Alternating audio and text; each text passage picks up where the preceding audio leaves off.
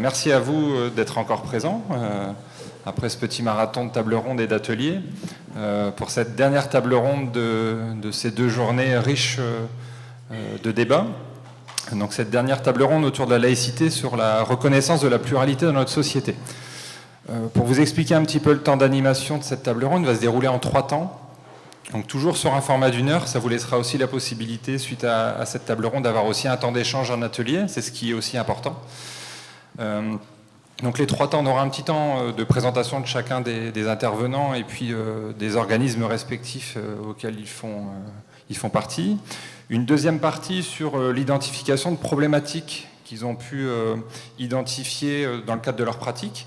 Et une troisième partie sur des solutions et des choses qui ont plutôt bien fonctionné sur certains territoires et de voir comment à un moment donné on pourra faire le lien dans le cadre des ateliers pour voir ce qu'on pourrait remettre en place plus spécifiquement sur Roubaix en lien avec les problématiques un peu plus locales. Donc je vais tout d'abord me présenter. Donc Romain Berrezet, moi je suis le directeur général adjoint de la Ligue de l'enseignement du Nord et du Pas-de-Calais. C'est avec plaisir que je vous rejoins. Malheureusement, je n'ai pas pu être présent ce début d'après-midi. Je vais laisser la parole à nos intervenants. Donc je vais commencer peut-être par Mathias, qui fait partie de l'association Coexister.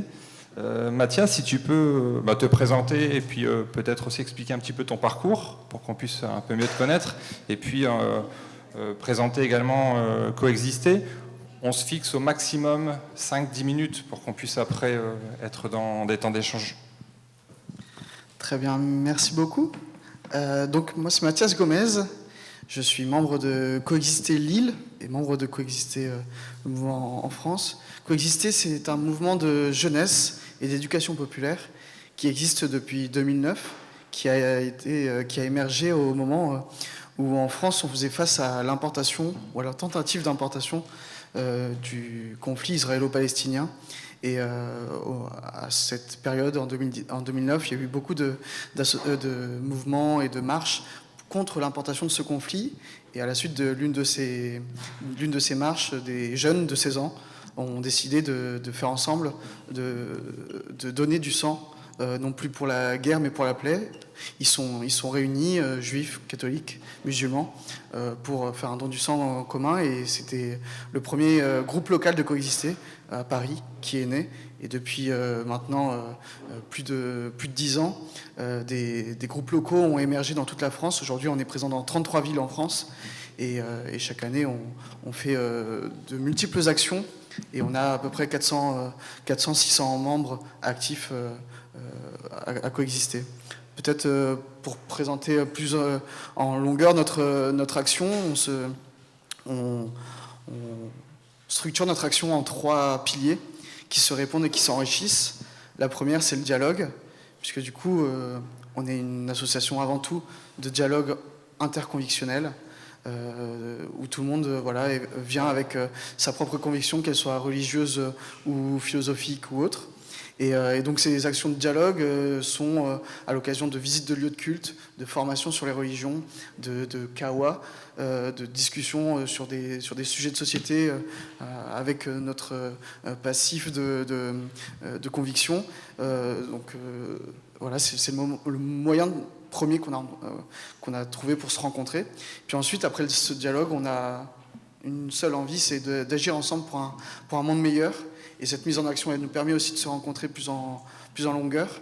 Et donc, ces actions de solidarité, ce sont, alors, je l'ai évoqué, des dons du sang, mais c'est aussi, avec d'autres associations, faire des maraudes, faire du don de vêtements, de multiples actions de solidarité sur le territoire, notamment lillois, puisque c'est ici que je suis. Et ensuite, le dernier axe, le dernier pilier de notre action, qui nous semble essentiel, c'est la sensibilisation. Et donc, on sensibilise notamment les jeunes dans les écoles à cette expérience de la diversité et du dialogue interconvictionnel, notamment parce que nous, on en fait l'expérience au quotidien, on la vit au quotidien, et c'est le meilleur moyen pour sensibiliser que d'en faire le témoignage. Voilà pour l'action de Coexister, et voilà pour la présentation de l'association. Peut-être juste quelques mots sur ton parcours pour qu'on puisse savoir qu'est-ce que tu fais concrètement, toi, dans ton action dans Coexister. Alors dans Coexister, je suis responsable parcours à Coexister Lille. Donc je suis responsable qu'on fasse toutes ces actions que je viens de vous raconter. Et peut-être plus personnellement, je suis un entrepreneur social. Donc j'ai monté avec des associés ma coopérative à Lille pour socialiser le travail et en même temps profiter de choisir soi-même son activité. Je vais passer la parole à Naïla. Tu vas peut-être pouvoir prendre ce micro-là, je pense. Oui, bonjour à toutes et à tous. Il est fort le micro. Naïla Bellage, je suis directrice de club de prévention sur Villeneuve-d'Ascq et Mont-Saint-Barreul. Club de prévention, donc c'est une association, c'est 2 associations sur 2 territoires spécifiques. On accompagne, donc financé par le département, on accompagne des jeunes dans les quartiers, donc on appelle communément les éducateurs de rue. Donc on est en immersion, en proximité avec dans les quartiers, auprès des habitants, auprès des jeunes. On accompagne alors 11-25 ans avec toutes difficultés confondues, quartier. On est aussi dans les collèges. Et vraiment notre spécificité, le travail de rue, donc qui est, on va dire, la colonne vertébrale de la prévention spécialisée, c'est-à-dire qu'il y a une méthode de travail qui est spécifique. Le travail de rue demande de la méthode et de la pratique. Et donc, pour aller vers les jeunes, pour sensibiliser les jeunes, pour aussi repérer les jeunes les plus en difficulté, mais surtout pour instaurer une relation de confiance auprès des jeunes.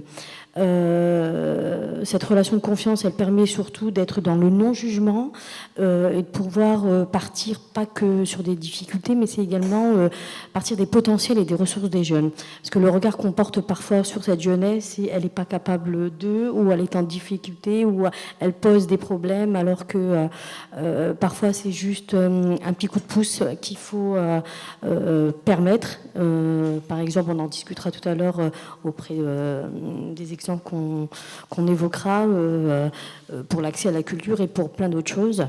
C'est parce que certaines configurations ne permettent pas de aussi s'épanouir, et donc la prévention spécialisée vient en tout cas permettre avec des partenaires, parce que la prévention spécialisée ne peut pas travailler seule et n'a pas toutes les compétences pour accompagner les jeunes plus en difficulté. Donc, mon parcours, j'ai été initialement éducatrice aussi spécialisée, mais dans la rue également.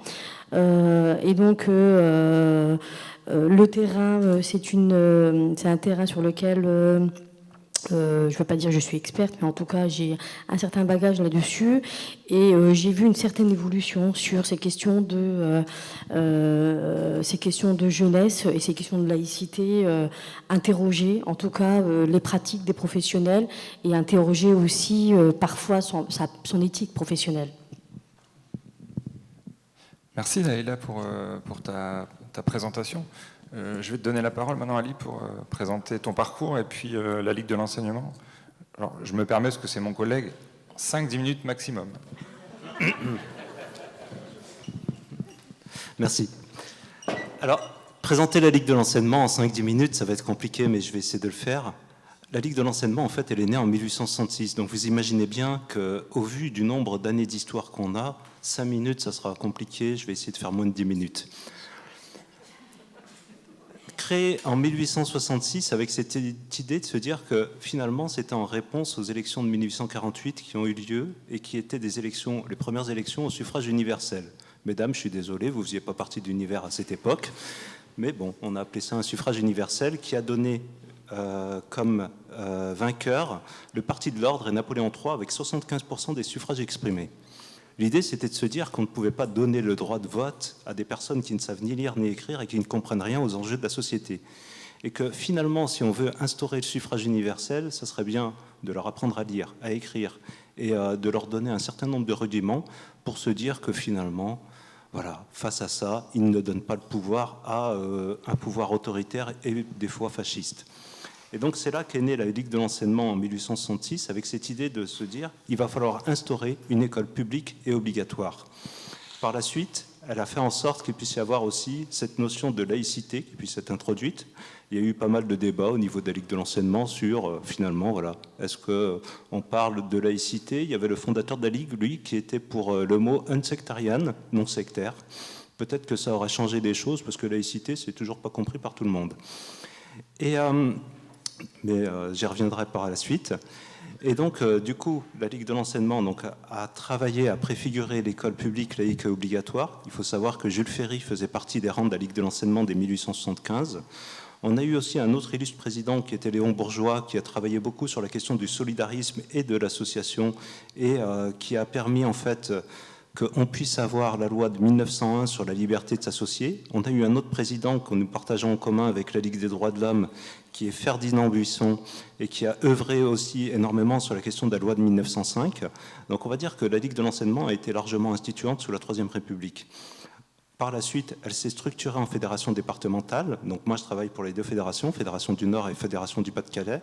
Aujourd'hui, nos fédérations rassemblent sur les deux départements 1700 associations et près de 100 000 adhérents. Nous avons aussi donc deux fédérations sportives, fédération sportive affinitaire qui est l'UFOLEP et une fédération sportive scolaire qui est l'USEP. Et tout un champ sur lequel on agit, qui est aussi donc, sur le développement de l'action culturelle et de la médiation culturelle. Donc on a aussi un certain nombre d'associations culturelles qui agissent. Je vais tenter de rester dans les 10 minutes, Romain. Donc on a aussi tout un travail qui se fait sur la question éducative, sur la question de l'éducation, et on intervient sur la formation des enseignants. On a aussi tout un travail qui se fait autour de la question de l'innovation sociale et comment on accompagne des acteurs à mettre en place des structures innovantes. On a tout un travail sur la question du tourisme social et associatif. Vacances pour tous, c'est le service vacances de la Ligue de l'enseignement. On fait tout un travail aussi sur la formation.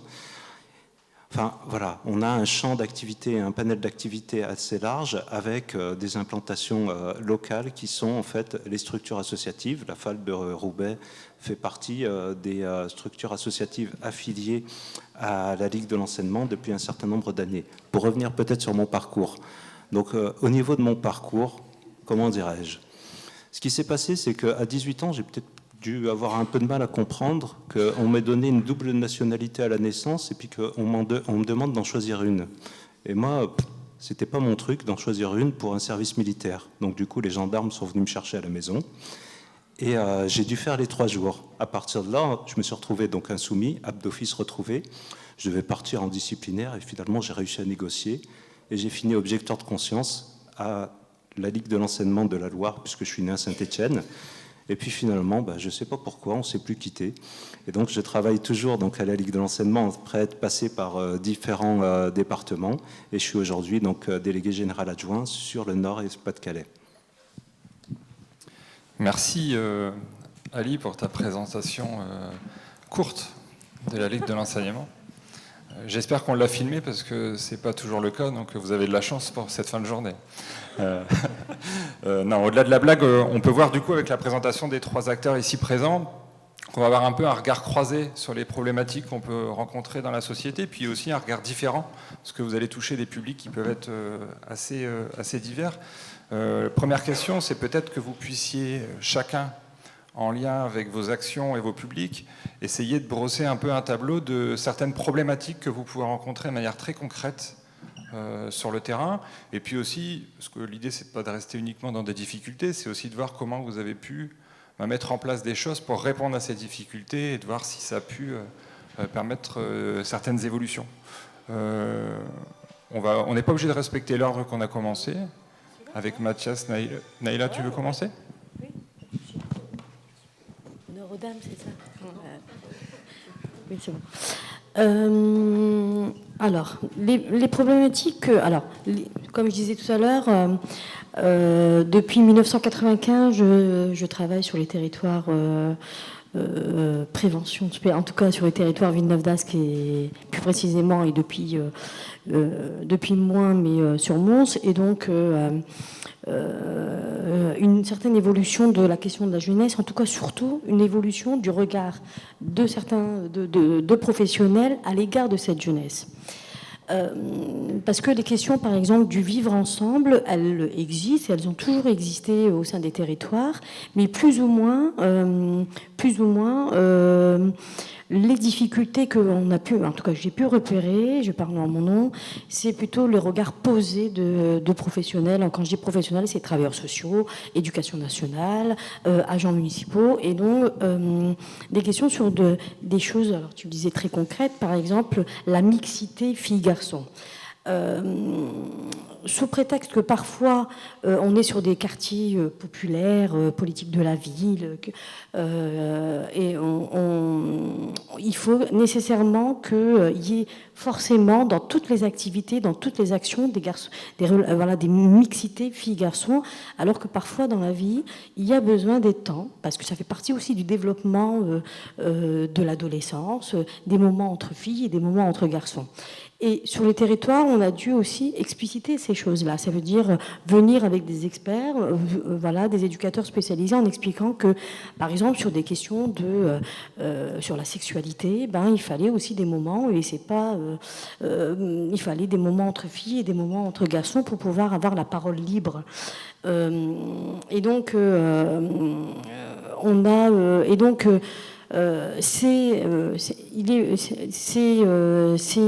ces représentations parfois non fondées ont mis des clivages au sein des territoires, c'est-à-dire que on nous impose cette mixité, et donc absolument, on va cette jeunesse. Alors parfois certains territoires, on va s'imposer différemment, alors que de tout temps, la jeunesse, elle s'est imposée, elle s'est aussi révoltée pour que, elle dise ce qu'elle a à dire, et puis elle crée sa propre identité culturelle. Et dans ce contexte-là, on a essayé d'analyser, essayer de comprendre pourquoi on arrivait parfois à des clivages entre des professionnels des professionnels portant un regard parfois jugeant sur cette jeunesse. Et en analysant beaucoup plus, en tout cas en essayant d'avoir une lecture, mais c'est une lecture et pas, il en existe plusieurs, c'est le manque de formation. Et quand on dit le manque de formation, c'est-à-dire que le concept de laïcité, il a été galvaudé, il a été aussi à un moment donné, comme pas mal de... le travail social a traversé pas mal de phénomènes, et les politiques sociales ont évolué. On a eu des moments donnés, des effets de mode sur la question, le concept de parentalité, parfois sur le concept de socialisation. On est arrivé à des concepts de laïcité, parce que dans les territoires, cette question-là, en tout cas en termes politiques, il fallait s'y approprier, en tout cas se l'approprier. Mais néanmoins, elle s'est appropriée de façon très, sur des choses non fondées. Et le travail qu'on a pu mener, parfois on porte le regard sur la jeunesse, mais il faut aussi porter le regard sur les professionnels et sur les personnes qui entourent cette jeunesse. Parce que le processus, il peut avoir un effet, ou en tout cas avoir un effet très néfaste sur la jeunesse, et on peut vite aller sur des lectures qui vont pas faire évoluer les choses, mais surtout qui vont, enquister. Sur ces questions-là, on a en tout cas souhaité qu'il y ait de la formation, parce que concept de laïcité, quand on posait la question, mais quelle est pour vous la laïcité, très peu de travailleurs sociaux ou professionnels qui entouraient cette jeunesse avaient des difficultés à y répondre. Donc la formation a été quand même, en tout cas c'est des choses qu'il fallait envisager. Et les projets qu'on a pu mener, c'est des projets entre professionnels et jeunes, par exemple, pour montrer que parfois cette jeunesse, elle a aussi des ambitions, elle a aussi parfois cette mixité filles-garçons, elle n'est pas toujours nécessaire, elle est intéressante, mais il y a des moments où il faut aussi laisser les jeunes créer leur propre modèle, et puis parfois, pour pouvoir passer à une mixité, il faut aussi séparer les choses, ou en tout cas être à l'écoute.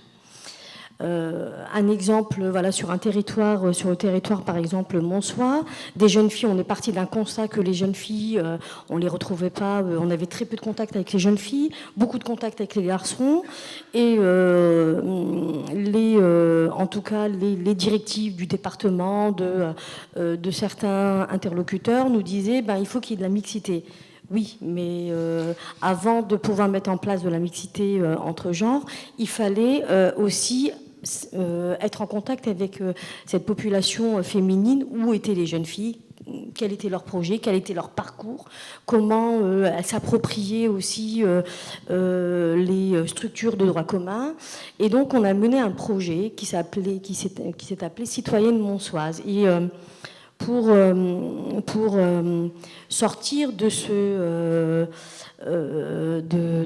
cette en tout cas de sortir cette mixité avant, voilà, qui est devenue obsessionnelle, quoi. Il faut absolument qu'il y ait de la mixité. On a souhaité montrer aussi le potentiel de ces jeunes filles d'avoir des parcours inspirants, et on a travaillé avec Sciences Politiques. Et ça a été très intéressant parce que c'est de montrer aussi que ces jeunes filles, elles souhaitaient, et elles avaient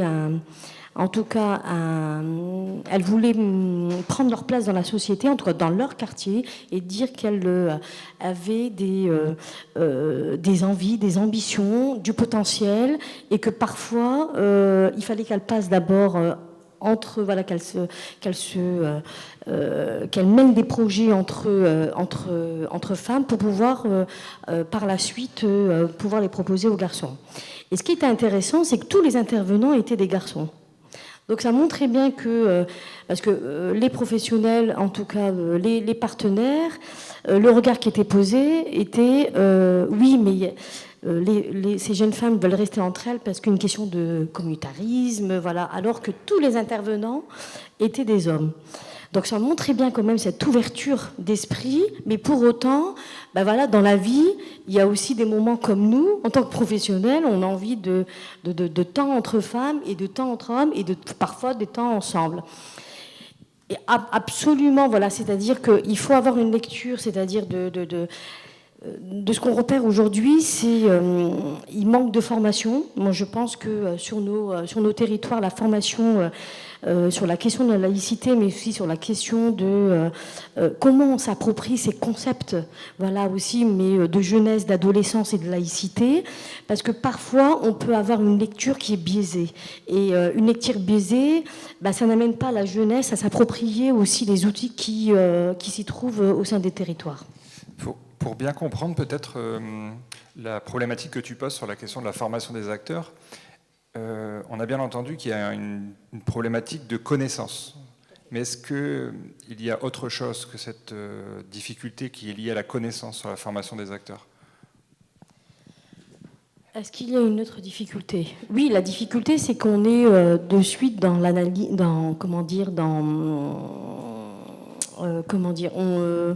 on oublie parfois que avant de tirer tout de suite une lecture biaisée, on oublie le concept aussi de l'adolescence. C'est-à-dire qu'on oublie qu'avant tout, ces individus sont des jeunes avec des questions, par exemple, j'ai un parcours de vie parfois difficile, je suis en souffrance à l'école, je m'entends pas avec un tel. Voilà, on passe à côté de certaines choses qui sont essentielles au sein. Voilà, et tout de suite on passe sur attention. Les filles et les garçons ne veulent pas se mélanger, donc on est sur des questions de communautaristes, voilà. Alors que parfois c'est parce que le parcours de vie de certains individus et avant de m'ouvrir à d'autres, il faut que je puisse aussi me retrouver avec mes pairs, voilà.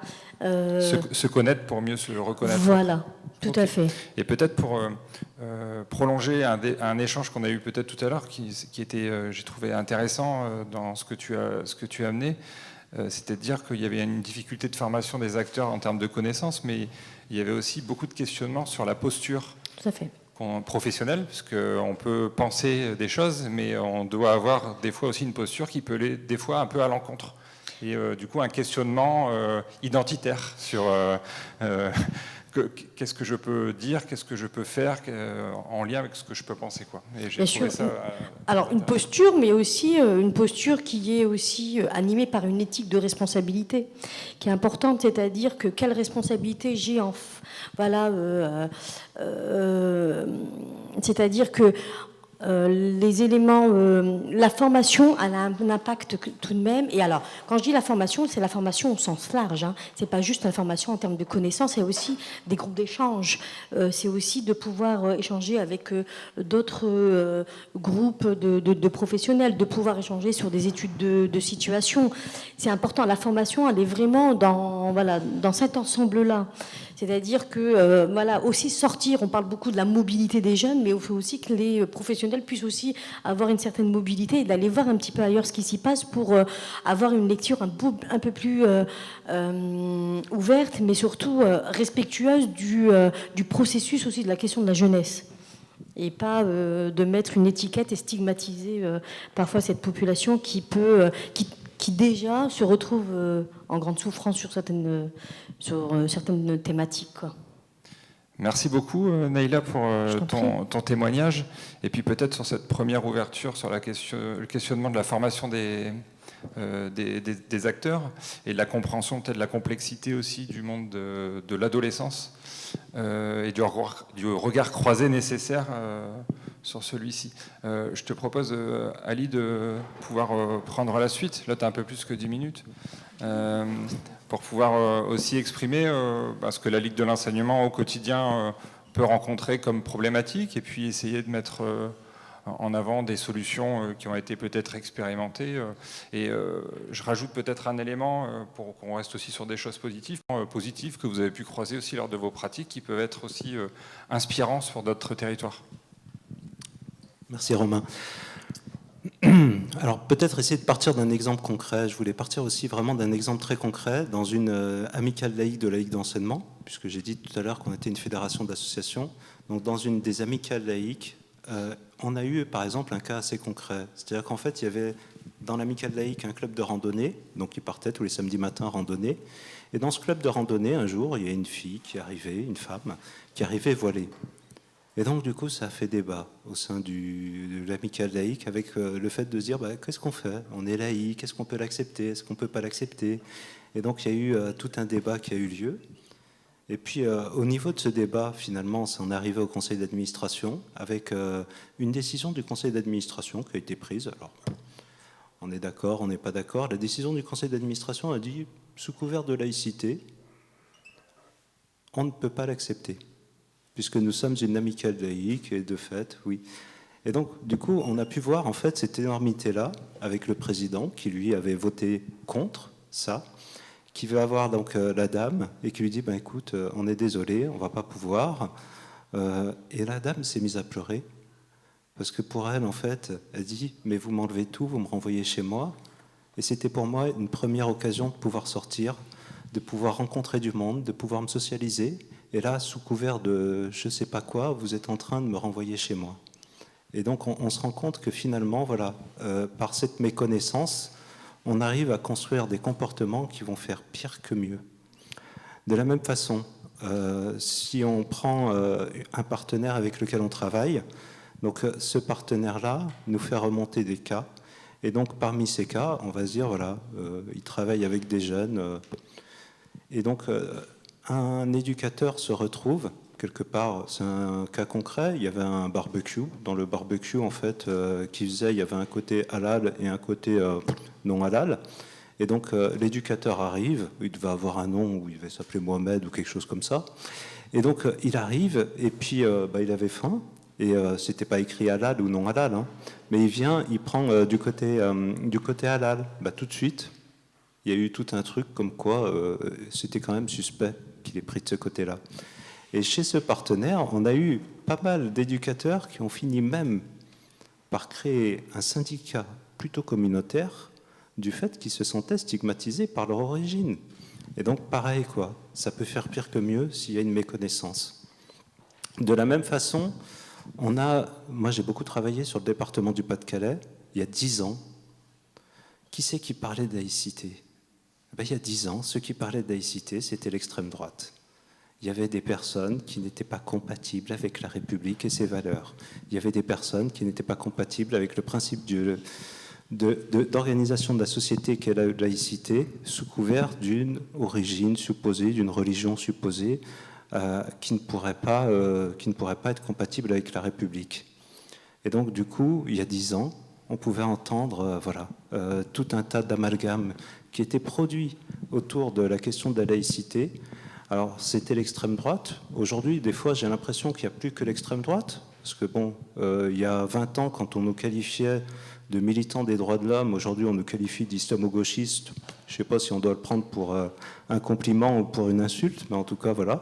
On ne sait même pas ce que ça veut dire. Mais voilà, on avait eu ce truc qui faisait qu'il y avait cette pensée qu'il y avait un certain nombre de personnes qui ne sont pas compatibles avec la République et la laïcité, alors qu'on a un principe d'organisation avec la loi de 1905 qui avait quand même vocation à rassembler un certain nombre de personnes et à ne pas en exclure.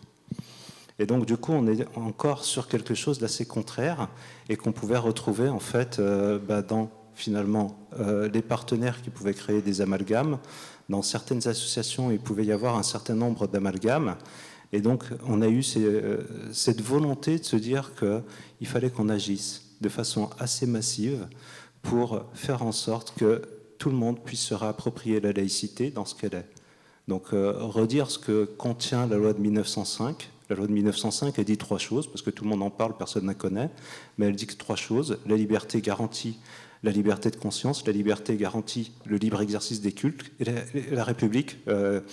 Et la République ne salarie ni ne finance aucun culte, à l'exception des aumôneries dans les prisons.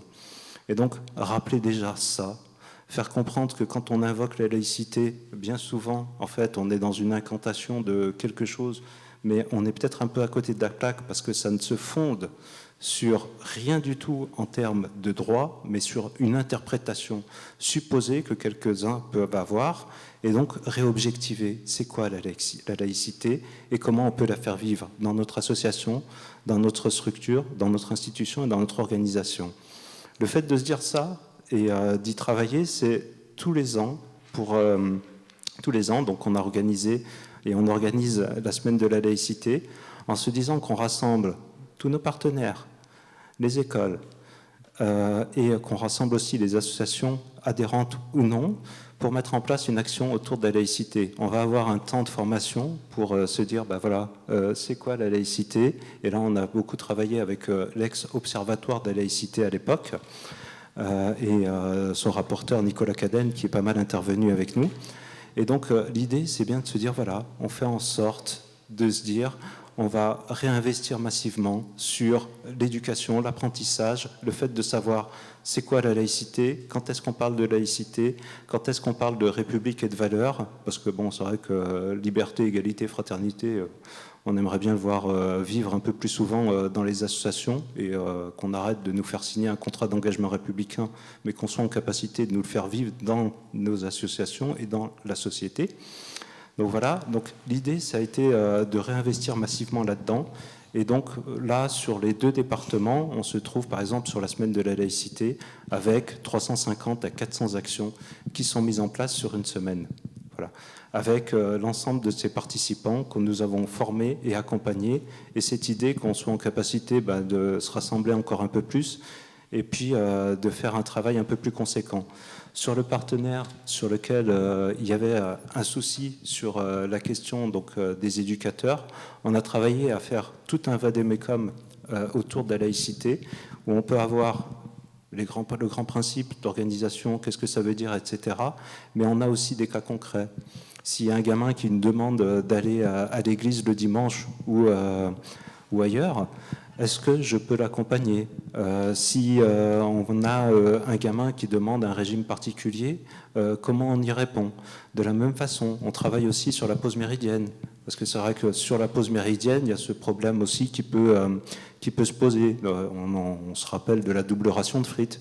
Mais l'idée, c'est d'accompagner aussi les collectivités à se dire que sur la pause méridienne, on se remet d'équerre avec la question de la laïcité, mais surtout avec la question du droit, quoi. et qu'on considère, c'est au niveau de nos statuts, à la Ligue de l'enseignement, c'est écrit, agir pour la laïcité par la reconnaissance de chaque être humain en égale dignité, et qu'on soit en capacité de traiter chacun de façon égale et dignement. Voilà. Et donc on fait tout ce travail donc, avec nos partenaires, avec les associations adhérentes, et on fait ce travail aussi avec des collectivités. Merci Ali pour ton témoignage et peut-être souligner un point qui va en prolongement de ce qu'a posé Naïla tout à l'heure, c'est la question de l'analyse de pratique et qui est plutôt intéressante puisque du coup on n'est pas sur un modèle descendant et industriel où une formation va aller à l'ensemble des acteurs, quel que soit leur milieu, quelle que soit leur expérience, quel que soit leur public, mais plutôt de partir du terrain et des situations problématiques de terrain et de trouver des solutions ensemble, en partant en premier lieu des personnes qui sont en face à face avec les publics. C'est quelque chose qui peut être intéressant de garder à l'esprit. Mathias, je vais te laisser la parole pour présenter ta partie. Complètement, et je remercie Ali et Naïla parce que ça m'a donné du grain à moudre aussi, dans le sens où moi j'avais 3 personnes à vous proposer, enfin voilà, les 3 expériences que je voulais vous proposer aujourd'hui et qui rentrent dans l'état de la société qu'on rencontre et qui finalement prouvent, je pense, l'acuité de l'UPC aujourd'hui en posant cette question liée à votre travail de terrain et donc à votre compréhension des problématiques actuelles. La première, en effet, Naïla l'a évoqué, c'est la question des jeunes et face aux intervenants professionnels. Nous, quand on intervient dans les écoles, on voit 2 détresses. On voit la détresse d'abord des professeurs qui trouvent enfin des piliers en nos personnes, un tout petit peu formées, un tout petit peu à l'aise sur la question de la laïcité, trouvent enfin des personnes qui peuvent poser le débat sereinement sans partir dans des grandes vagues et des grands concepts politiques. Et ensuite, on voit enfin les élèves qui, depuis qu'ils ont intégré l'école, eh bien, ont intégré aussi le fait qu'ils devaient vivre avec 2 identités, l'identité à la maison, l'identité en famille, l'identité, du coup, avoir une pratique spirituelle et une identité spirituelle à la maison, et une identité à l'école, dans les lieux publics, qui ne devaient pas du tout cohabiter avec leur identité privée. Et quand on évoque enfin leurs droits et le fait que ces 2 identités peuvent cohabiter, eh bien on voit réellement un espèce de soulagement et une libération. Et enfin, la dernière problématique de terrain, elle n'est pas forcément liée à ces sensibilisations, elle est liée à nos événements de dialogue, nos rencontres qu'on a entre juifs, musulmans, catholiques, protestants. Et si je pouvais évoquer voilà, des copains qui s'appellent Yaman ou qui s'appellent Ossiane et qui ont parfois des super diplômes, des vies de famille et qui ne se projettent pas en France de par l'identité qu'on l'identité supposée, ou en tout cas ici leur identité confessionnelle qui fait qu'ils ne se sentent pas accueillis et qui, alors que c'est des amis de longue date et qui ont intégré, si je puis dire, vraiment le style de vie à la française, enfin bon, sans aller sur sa définition, mais qu'on sent vraiment réalisé dans leur vie, eh bien, eux ne se projettent pas en France. Et donc, à toutes ces personnes, on leur propose ce cadre qui nous permet de se rencontrer et de faire vivre cette diversité. C'est la laïcité. Et donc, je rebondirai sur ce qu'a dit Ali. On occupe ce terrain. C'est peut-être un... on occupe ce terrain parce que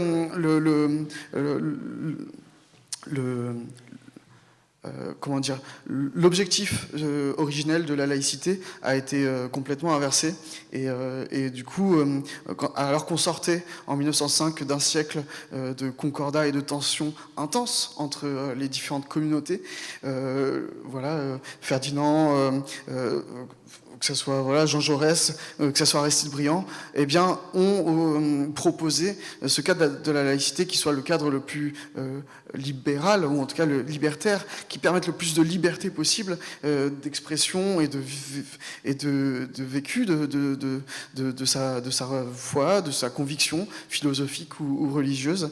Et je rebondirai sur ce que tu as dit, Naïla, ensuite. Nous, face aux jeunes, on leur dit, ça c'est le cadre, utilisez-le au maximum, utilisez votre liberté au maximum, mais par contre, ce n'est qu'un objet juridique. Et un objet juridique, il est passif et il faut en jouer maintenant. Et ce qu'on dit aux jeunes, notre plaidoyer à coexister, c'est de travailler ce muscle qui est la coexistence. Et nous, on l'a appelé la coexistence active. On a pour présupposé, en tout cas pour principe, de dire qu'on ne peut s'ouvrir aux autres que parce qu'on a vraiment ancré ses racines et défini son identité. Et il faut pouvoir que cette identité, elle cohabite et elle vive sur l'espace public avec notre entourage et pas simplement.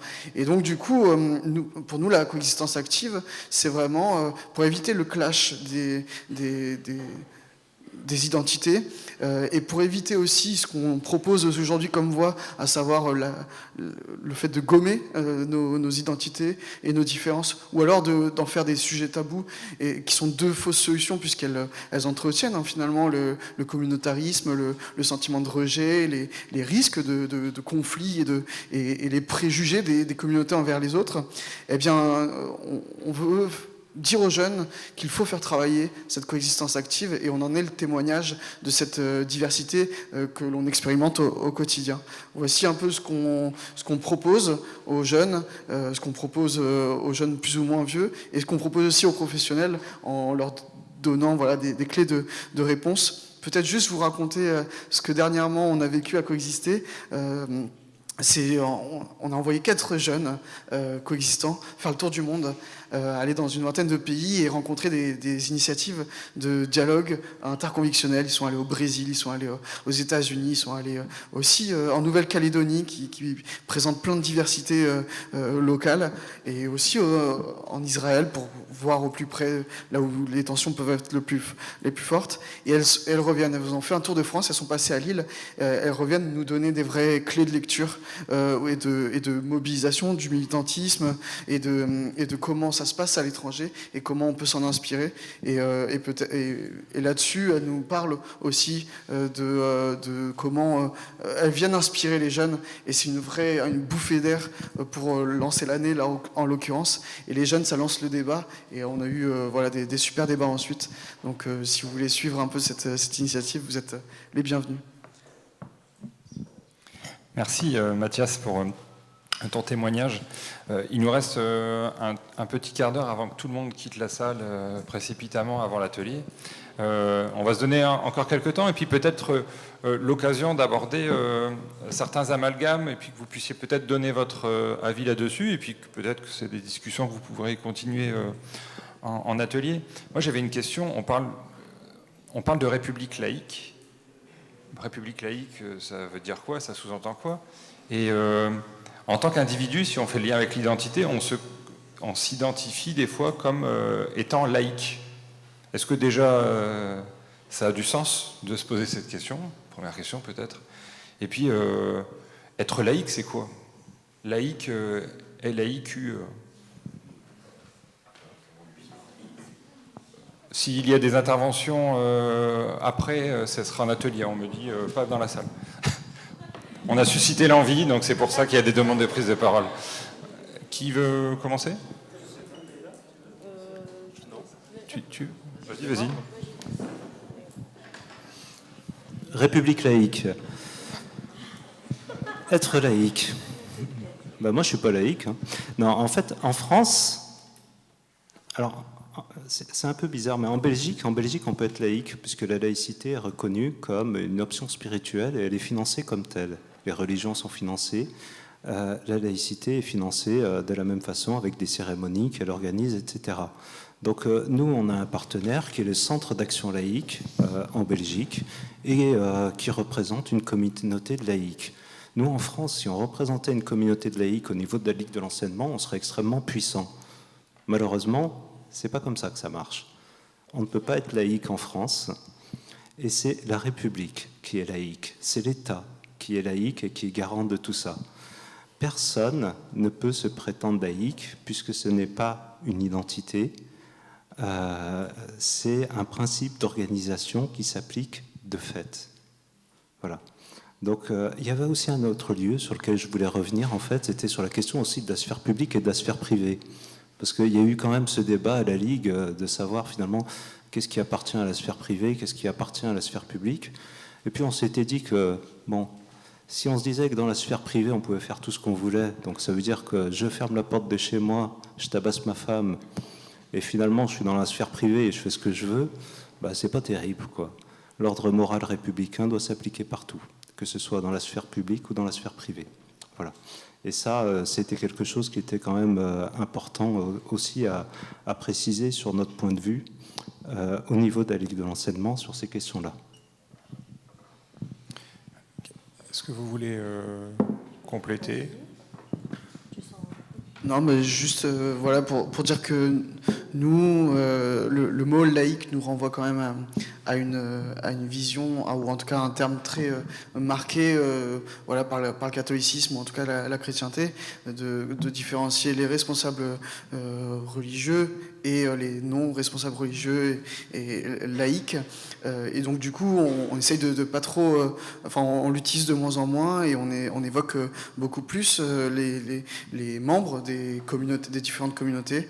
Et d'ailleurs, il me semble, l'un des sujets, l'un des questionnements, comment faire vivre l'interconvectionnalité, ou en tout cas le dialogue entre les communautés. Et nous, on est beaucoup plus dans ce dialogue entre membres des communautés, sans passer, parce que c'était comme ça que ça se faisait traditionnellement, par les responsables religieux, parce que voilà, on entend beaucoup plus les questions de politique entre responsables religieux que nous, on essaye beaucoup plus d'expérimenter cette diversité, ce dialogue, et ce dialogue doit passer à tout prix par les membres des communautés entre eux, et même plus au-delà de simplement ça.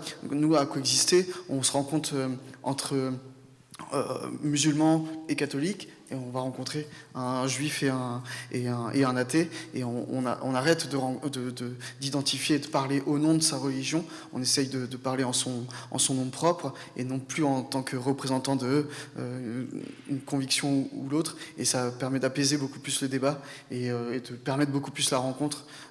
Voilà. Et ce qui permet aussi notre rencontre beaucoup plus intensément aussi, c'est de rencontrer l'autre et de comprendre comment il vit son expérience de la diversité, ou en tout cas son expérience de la discrimination. Et l'un des prérequis, c'est qu'on se forme aux 25 critères de discrimination du défenseur des droits. Et c'est... voilà, de se former aux 25 critères de discrimination du défenseur des droits, c'est aussi un moyen de prendre en compte comment se présente, comment s'expriment les différentes discriminations, et comment on peut nous-mêmes, entre nous, en notre sein, favoriser des safe places, même si le concept de safe place est un peu... voilà, on essaye aussi de mettre en place des brave space, où on n'est pas aussi...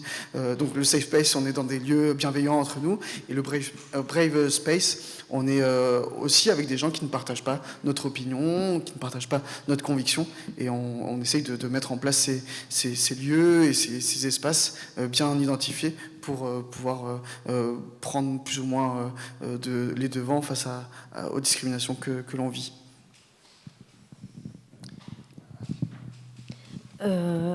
Alors, c'est pas évident de dire... alors, pour moi, sur définir ce que c'est que la laïcité, puisque pour moi, je pense qu'elle se définit pas, elle se vit plutôt.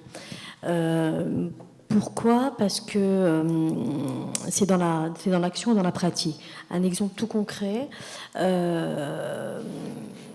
au sein des collèges, nous intervenons sur 5 collèges sur nos 2 communes. On mène des ateliers à visée philosophique auprès de collégiens pour justement en tout cas, faire vivre cette laïcité sans parler de laïcité, parce que c'est un terme qui veut tout dire et rien dire à la fois, mais c'est comment plutôt je respecte l'autre dans ce qu'il est, dans ses différences, dans aussi, je suis pas d'accord dans ses propres convictions, mais comment je le respecte. Et c'est surtout comment j'apprends de l'autre et quelle est cette différence, comment on peut en faire une richesse. Et c'est dans ces ateliers à visée philosophique, justement, on apprend à vivre la laïcité. Et vivre la laïcité, c'est du concret. C'est, voilà, on parlait tout à l'heure de la formation par une formation descendante, et tout à fait, on est plutôt dans une analyse pratique. Donc aussi, avec les jeunes, c'est aussi dans une action recherche, c'est-à-dire vraiment partir de pratico-pratique et de partir sur des situations qui les touchent, qui les fait vivre, et que de dire, voilà, par exemple, l'adolescence c'est telle chose, la laïcité c'est telle chose, et c'est des concepts pertinents pour des chercheurs, mais dans la vraie vie, dans les quartiers, avec la jeunesse, c'est des choses qu'il faut plutôt mettre en évidence et les faire exister sur le terrain. Donc voilà, donc nous on a des exemples, voilà, d'ateliers à visée philosophique qui amènent du débat, qui amènent du conflit, qui amènent aussi également, en tout cas, apprendre à connaître l'autre. Et c'est dans ce sens-là que pour nous, on se donne le pari que c'est une forme de laïcité, en tout cas positive, quoi. Merci à vous pour avoir répondu à cette question complexe. C'était beaucoup plus facile à la poser, je vous avoue, qu'à y répondre, mais je suis bien content d'être à cette place. Dernière question avant le départ en atelier, puis vous permettre aussi peut-être d'apporter votre pierre à l'édifice des ateliers. En posant cette question, où on se rend compte, et la question est posée aussi comme telle, que la montée de l'extrémisme de manière générale et les crispations un peu identitaires requestionnent notre cohésion sociale. Et il est utile de se poser les questions de comment on agit pour lutter contre cette montée, cet extrémisme, qu'il soit religieux ou politique. Je pense qu'en ce moment, on a surtout une forte montée politique de l'extrémisme. Si vous aviez 2 ou 3 ingrédients qui, pour vous, seraient utiles à apporter à notre société, alors 2 ou 3 ingrédients, ça peut être, en repartant peut-être de vos expériences, mais 2-3 clés qui pourraient être utiles, en tout cas, pour sortir un peu de cette impasse et de cette montée de l'extrémisme.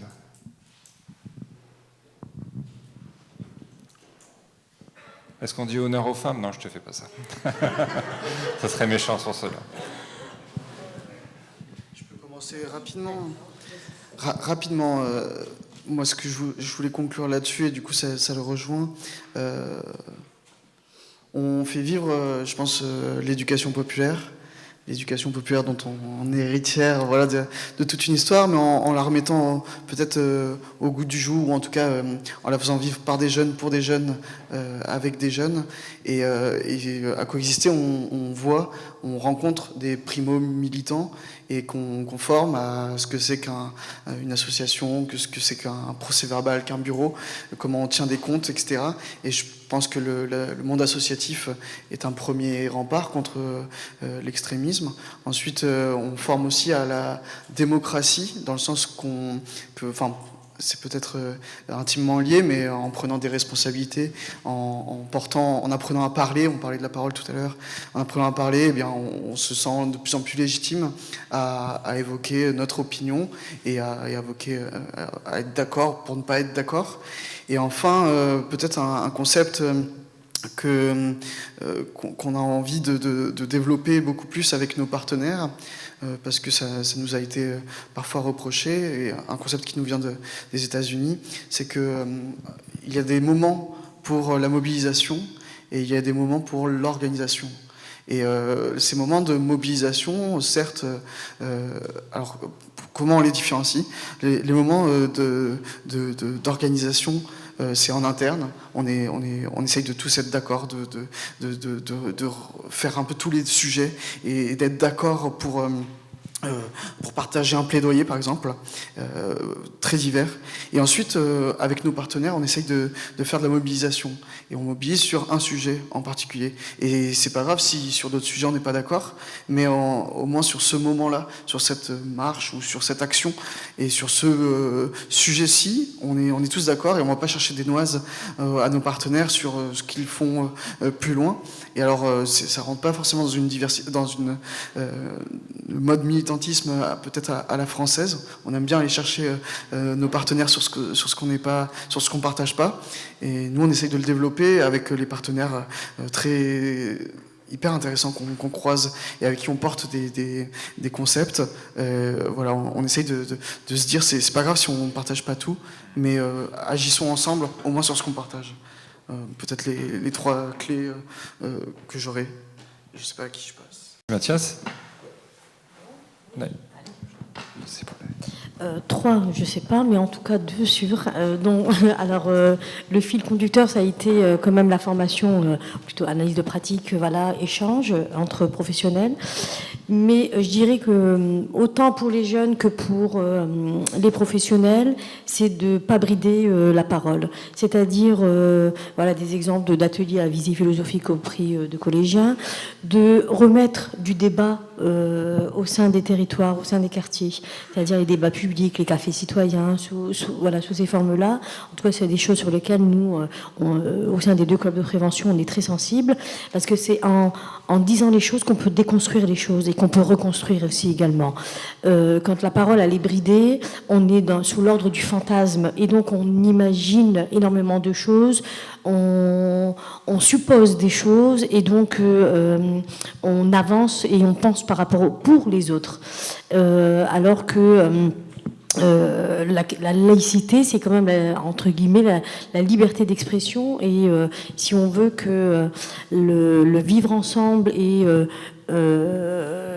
chose que nous on repère en tout cas sur nos territoires, parce qu'on peut dire voilà, on parle de choses sur lesquelles c'est très complexe, la laïcité, mais il y a des belles initiatives et il y a des parcours inspirants sur nos territoires qui montrent que les individus ont des facilités à vivre ensemble et surtout à s'enrichir ensemble.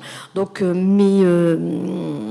quand on laisse la parole voilà, s'exprimer et quand on laisse aussi les choses se dire, même si parfois c'est compliqué d'entendre certaines choses. Nous, on le voit par exemple auprès d'adolescents.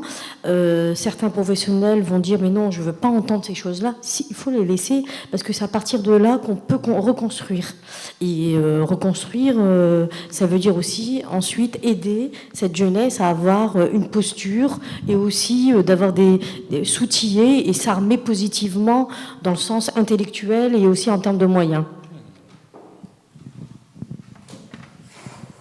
Ben merci. Alors, au niveau politique, c'est vrai qu'il y a du travail, surtout quand on se rend compte que le second tour des élections présidentielles, 42% d'extrême droite, suscite peut-être moins d'indignation aujourd'hui que l'autorisation du burkini à la piscine de Grenoble. Ça, c'est un indicateur qui dit que ouais, il y a du travail. Se dire qu'au niveau du travail, il y en a, oui. Quand on pense à un certain nombre d'amalgames, j'ai envie de dire, on a tous pu entendre un jour « la République est une et indivisible ». Quand on regarde sur l'article 1er de la Constitution, il est écrit « la République est indivisible, laïque, sociale, démocratique ». Pas une et indivisible. Et donc, cette question-là, quand elle a été posée et quand elle s'est posée par ceux qui ont fait la Constitution à l'époque, c'était le Conseil national de la Résistance, c'était la 4e Constitution, quand ils ont mis ça, ils n'ont pas mis une et indivisible de façon exprès, parce que l'idée, c'était bien de se dire que la République est diverse. Et elle est faite, elle est empreinte de personnes d'origines diverses, mais qu'elle va rester et demeurer indivisible. Ce travail de transmission de cette connaissance, pour se dire qu'on est à l'abri d'un certain nombre d'amalgames qui peuvent être faits, nous avons aussi à le faire. Quand on pense à 1871, enquête sur la laïcité de la Ligue de l'enseignement, dans cette enquête sur la laïcité, on en est arrivé à la conclusion de se dire que c'était par l'éducation et par le fait d'éduquer les jeunes que nous allions pouvoir arriver, donc entre 1881 et 2005, à faire en sorte que la société soit à peu près prête à accepter la séparation des églises et de l'État. Eh bien, je pense que c'est par l'éducation et par la formation que nous allons pouvoir arriver et faire en sorte que, si nous y investissions massivement, il puisse y avoir une préoccupation de la cohésion de la société qui soit différente. Quand on se dit, moi par exemple, quand je rencontre des élus et que je me rends compte que ces élus locaux sont plus préoccupés par le fait de construire une zone industrielle ou une zone d'activité commerciale que par le fait de garantir qu'au niveau de notre République, on soit en capacité de propager l'ensemble des valeurs et des principes d'organisation et de les faire connaître, quand la personne se dit républicaine, ça me questionne de savoir quelles sont les réelles priorités.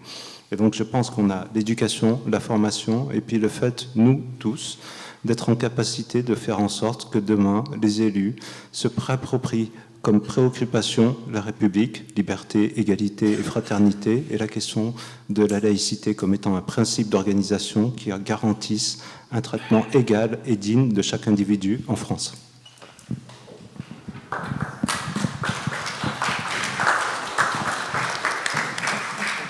Merci aux trois intervenants pour cette table ronde.